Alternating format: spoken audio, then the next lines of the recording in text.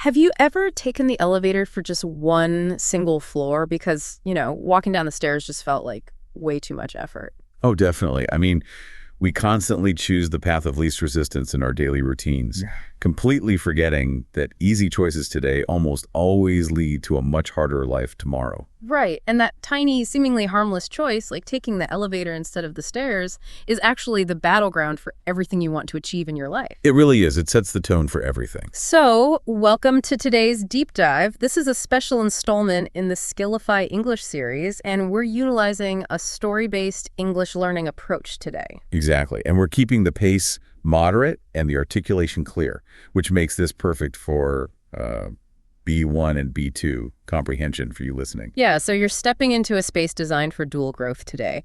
The goal is to let the conversation flow naturally so your brain can absorb English patterns through context. Right, rather than stressing over a dictionary. Exactly. And while you do that, we are exploring the epic daily battle between short-term comfort and long-term pain. We're going to unpack the invisible mechanisms that drive our behavior. Yeah, we're going to break down the exact biological reasons why your brain aggressively fights against self-discipline. I really just fight it. Oh, absolutely. We'll look at how tiny, boring actions are the real secret to building a highly resilient character. I love that. Let's start with the biology of what I call the quitter moment, because everyone listening knows this feeling. Oh, the quitter moment, yes. Right. You set your alarm for 6:30 a.m. You have the absolute best intentions. The night before, you're so motivated. Exactly. But then the morning arrives. That alarm starts blaring. And instead of leaping out of bed to conquer the day, you have this dramatic internal quitter moment. You really do. You stare at the dark ceiling and just negotiate your own defeat. You decide you are just going to live under this warm blanket forever. Yeah, it's a profound, instantaneous negotiation. Like before your feet even touch the floor, your mind has already concluded that the day is entirely too difficult to face. And it bleeds into the most insignificant moments of our routines, too. Like you finally drag yourself into the kitchen to make a cup of coffee. Right. And maybe the machine takes 2 seconds longer than usual to heat up. Or you spill a single drop of water. You just lose it. Yes. The immediate thought is, that's it. I quit coffee, too. This is impossible.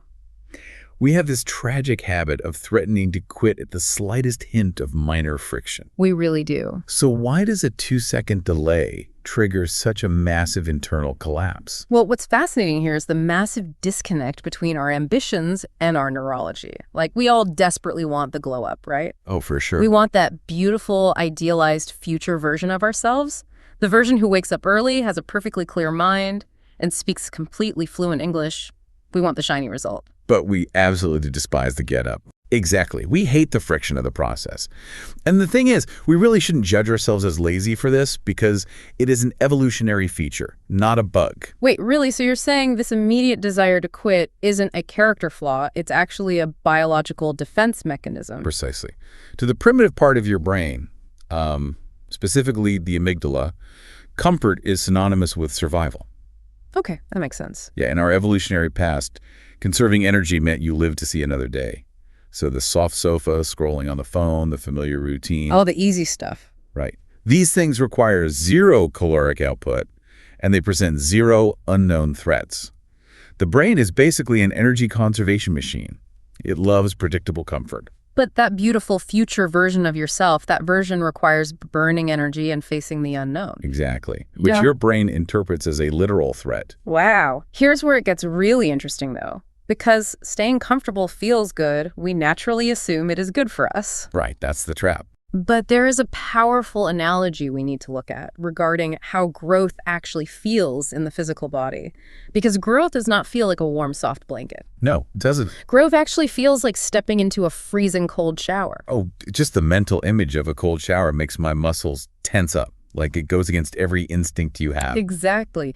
When you first step into that freezing water, it shocks your system. Your face gets high, you gasp for air, and your brain starts sending out panic signals like, run away, get out of the water. It feels awful in the first few seconds. It really does. But think about the physiological shift that happens afterward. Once you step out, your blood is pumping. You feel incredibly awake, deeply alive, and mentally sharp. Yeah, it's totally invigorating. Right. The initial shock was the literal sensation of your body adapting. The mantra we have to internalize is, Uncomfortable now, stronger later. Uncomfortable now, stronger later. Mm-hmm. I love that. And that gasp for air in the cold shower is the exact same feeling you get when you do something terrifying. Like what? Like trying to speak English to a native speaker for the first time. Or hitting submit on a job application you don't feel entirely qualified for. Oh, yeah. That hot, anxious feeling. Exactly. It feels hot and incredibly awkward in your chest. But recognizing that feeling as growth rather than danger is crucial. Because it's not a threat. Right. That uncomfortable sensation isn't failure. It is literally your comfort zone stretching to accommodate a bigger life. So if our neurobiology is so fiercely wired to keep us wrapped up in that calorie-saving comfort zone, what happens to our psychology when we refuse to step out of it? Like, what is the consequence of just waiting around for the right time to make a change? Well, you end up trapped in a state of paralysis. You're standing right in the middle of a very dangerous place. What do you mean? We use the idiom of being on the fence. Being on the fence means you are refusing to make a definitive move. You just sit there complaining about your circumstances, feeling frustrated by your lack of progress. But you refuse to actually execute a decision that would change your trajectory. Exactly. You just stay stuck. So you essentially become a passive victim of your own life rather than the active captain of it. Yeah, and the longer you sit on that fence, the louder the self-sabotage becomes. Self-sabotage is basically the act of actively, though sometimes unconsciously, destroying your own progress, right? That's it, exactly. We see painful examples of this constant self-sabotage in the way people consume media. Like, you might tell yourself you desperately want to learn English. And you genuinely mean it. The desire is real. It is real. But when the evening rolls around, instead of practicing vocabulary, you spend 3 full hours doom scrolling on social media. Oh, the doom scrolling. It all comes back to the brain's love for easy dopamine. Right. Social media algorithms are engineered to give your brain massive, continuous hits of dopamine with absolutely zero cognitive friction. Wow, zero friction. Yeah. Learning a language, on the other hand, requires intense cognitive friction. So without a system in place, the brain will choose the zero friction dopamine every single time. Which brings us to my personal favorite trap. I do this all the time.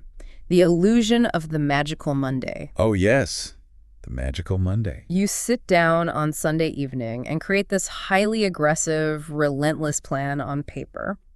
You schedule 3 solid hours of grammar study, followed by an hour of intense exercise, and you pledge to eat 0 sugar. It feels so good when you're writing it down, too. It does, but when Monday actually arrives, you deliver a completely half-hearted effort and abandon the whole thing by noon. Because the intention feels incredibly productive.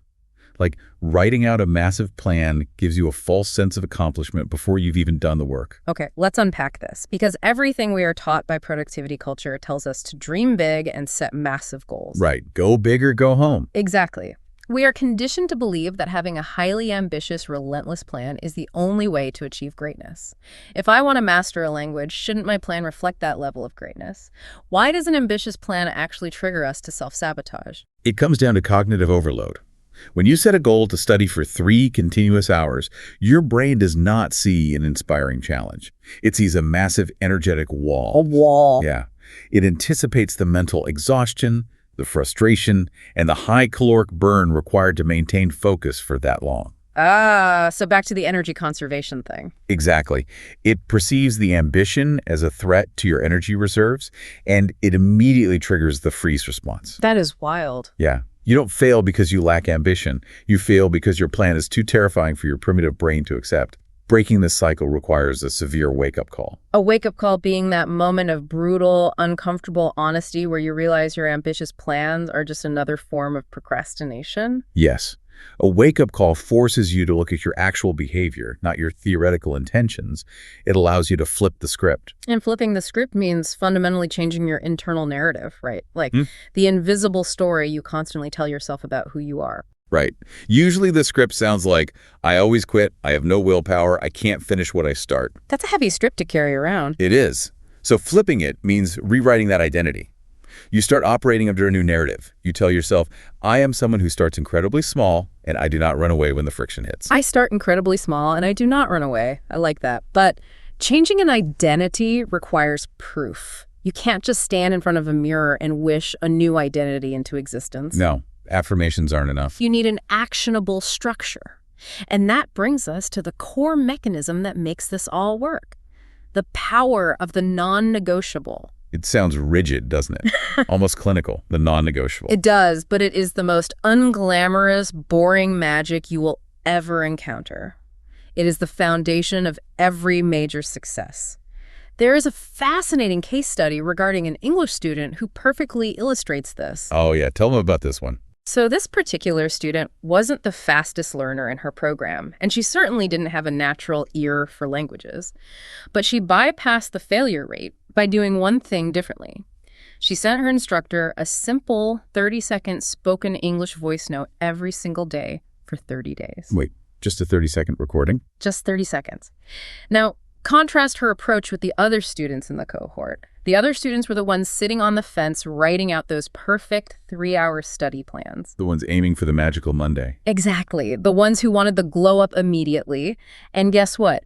Every single student with a 3-hour plan quit by the end of week 1. Because the cognitive load was just too heavy. Right. But the student who committed to just 30 seconds a day, she completely transformed her fluency and her confidence over a few months. Wow. If we connect this to the bigger picture, it explains exactly why the non-negotiable task works so flawlessly from a neurological standpoint. Yes. Making something non-negotiable removes the burden of decision fatigue. Think about the act of brushing your teeth. You do not wake up in the morning and hold a board meeting with your brain to negotiate whether or not you have the energy to brush your teeth. That's true. I never think about it. Right. You don't rationalize like, well, I'm a little tired today. Maybe I'll just brush them on Monday. You eliminate the choice entirely. It just becomes an automatic function. Exactly. Yeah. When you make a task almost laughably small, like squeezing in just 10 consistent minutes of English practice or a 30-second voice note, you completely bypass the amygdala's threat response. Because 10 minutes doesn't trigger the freeze response. Yes. And here is the profound psychological payoff. Executing that tiny action every single day provides physical evidence to your brain that you are a reliable person. You're proving it to yourself. Right. You are building neural pathways of self-trust. When your brain realizes it can trust you to keep your own small promises, your confidence explodes, making it easier to take on bigger challenges later. So, squeezing in 10 consistent minutes of reality is infinitely more powerful than 3 hours of theoretical perfection. Absolutely. But we have to address the reality of human nature here. What happens when the system cracks? You are executing your 10 minutes every day, you are building that self-trust, and then life gets in the way. As it always does. Right. You get sick or you have a family emergency and you miss 2 days of your non-negotiable task. Does the entire foundation of self-trust just collapse? Well, this is where people fall into the trap of all or nothing thinking. Psychologists actually call it the what the hell effect. The what the hell effect. Yeah, it's the phenomenon where you eat one cookie on a diet, tell yourself you ruined the whole day, and then proceed to eat the entire box. Oh, I've definitely been there. We all have. People treat one missed day of their non-negotiable task as a permanent moral defeat. They break the streak, assume they are back to being a failure, and abandon the new identity completely. But the reality is that slipping up doesn't mean you failed. It just means you are navigating a complex, unpredictable world. The most liberating concept here is shifting the goalpost. Right. The objective is not, I need a perfect streak. The objective must be, I need a quick restart. That is so important. This requires a fundamental shift in how we define failure itself. You do not fail when your progress is slow. You do not fail when you make a glaring mistake or miss a day. So when do you fail? The only time failure is actually finalized is when you stop walking entirely. Refusing to stop walking is the ultimate competitive advantage. It really is. The road of life is incredibly messy. It is never a smooth, straight highway leading directly to your goals. You are going to hit potholes that trip you up and damage your momentum. Oh, definitely. You are going to encounter massive speed bumps that force you to slow down to a crawl. You will be forced to make completely unexpected U-turns. But as long as you utilize that quick restart. Just getting back on track. Right. As long as you acknowledge the pothole, dust yourself off and take one tiny step forward the next day, your story is still being written. Yeah. The momentum is paused, not destroyed. I love that perspective. So what does this all mean for you, the person listening right now? We've explored the complex neurology of our daily choices, and we've navigated through some high-level English concepts today. We covered a lot of ground. We did.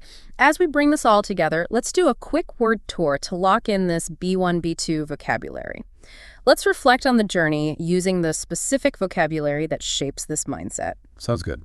We started by exploring how our biology drives us toward the path of least resistance. That primal urge to take the easiest, most comfortable option available, like choosing the elevator over the stairs to avoid any physical effort. But the antidote to that biological urge is embracing delayed gratification. This is the conscious ability to resist a small, immediate comfort, like scrolling on your phone, in order to receive a much larger, enduring reward later. That's the cold shower, right? Exactly. It is the core philosophy of our cold shower metaphor.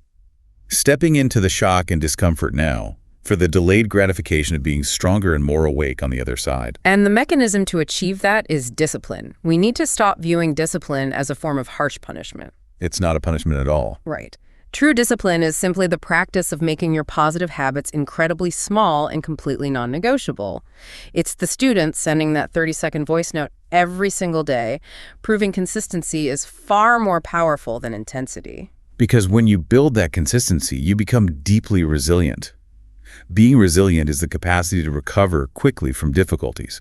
When you hit those inevitable potholes and speed bumps, resilience is what allows you to execute the quick restart. It's the bounce back. Yes, it is the deep-seated knowledge that a bad day does not have the power to destroy your long-term goals. So you transition from someone who falls prey to self-sabotage, standing in your own way and actively hurting your own progress out of fear or a desire for comfort, to someone who willingly accepts the uphill battle. You embrace the climb. You do. You recognize that the steep, difficult climb is exactly what builds the muscle you need for the future. And in doing so, you become relentless. You maintain a steady, unstoppable forward energy. You don't need a perfect streak. You just refuse to stop walking. And that changes everything. It does. By adopting this structure, you completely flip the script. You tear up the old narrative that said you were lazy or incapable, and you write a new reality based on self-trust and micro wins. So the hard choices you make today, those tiny, unglamorous actions, are the literal building blocks of your future character. You do not have to change your entire life overnight. Your brain won't let you anyway. Exactly. You just need to commit to the non-negotiable, execute the quick restart when you stumble, and refuse to stop walking. So the question we want to leave you with today is highly practical. What is one small, hard choice you're going to make today to protect your future self? I want you to genuinely consider that as you go about the rest of your day.